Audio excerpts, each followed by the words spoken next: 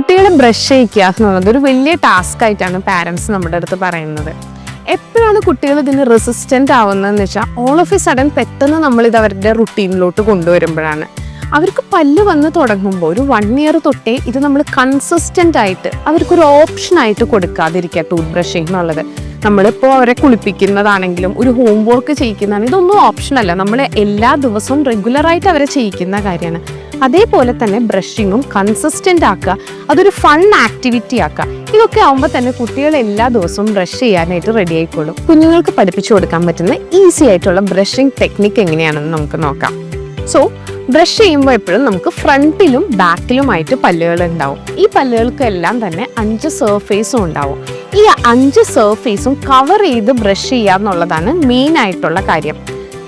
ആദ്യം നമ്മൾ ബ്രഷ് എടുത്ത് ഫ്രണ്ടിലത്തെ പല്ലുകൾ സർക്കുലർ മോഷനിൽ വട്ടത്തിൽ ബ്രഷ് ചെയ്യുക. സർക്കുലർ മോഷനിൽ ബ്രഷ് ചെയ്ത് അതേപോലെ തന്നെ ബാക്കിലോട്ടും 2 സൈഡിലും നമ്മൾ കവർ ചെയ്യുന്നു. ആഫ്റ്റർ ദാറ്റ് കുഞ്ഞിനെ വായ തുറപ്പിച്ചതിന് ശേഷം ബാക്കിൽ നമ്മൾ ക്രോസ് ബ്രഷിംഗ് എന്ന് പറഞ്ഞിട്ടൊരു ടെക്നിക്കാണ് യൂസ് ചെയ്യേണ്ടത്. അതായത് പിന്നിലെ പല്ലുകൾക്ക് പെർപെൻഡിക്കുലർ ആയി ബ്രഷ് പിടിച്ചിട്ട് സൈഡിലോട്ട് ബ്രഷ് ചെയ്യിക്കുക. ഇങ്ങനെ സൈഡിലോട്ട് ബ്രഷ് ചെയ്യിക്കുക. സാധാരണ വലിയ ആൾക്കാരിൽ ചെയ്യുന്ന പോലെ പുറകിലോട്ട് പോകാതെ സൈഡിലോട്ടായിരിക്കണം പോകേണ്ടത്. അങ്ങനെ വരുമ്പോൾ കുഞ്ഞുങ്ങൾക്ക് ഈസി ആയിട്ട് അവരുടെ വായയുടെ ഉള്ളിലോട്ട് ബ്രഷിന് ആക്സസ് ലഭിക്കും. അതേപോലെ കുട്ടികളുടെ വായയിൽ ചില പല്ലുകൾ ഇറപ്റ്റിംഗ് സ്റ്റേജിലുണ്ടാവും. അപ്പം ഇതെല്ലാം സ്ട്രെയിറ്റ് ആയിട്ടുള്ള ഒരേ നിരയിലാവില്ല.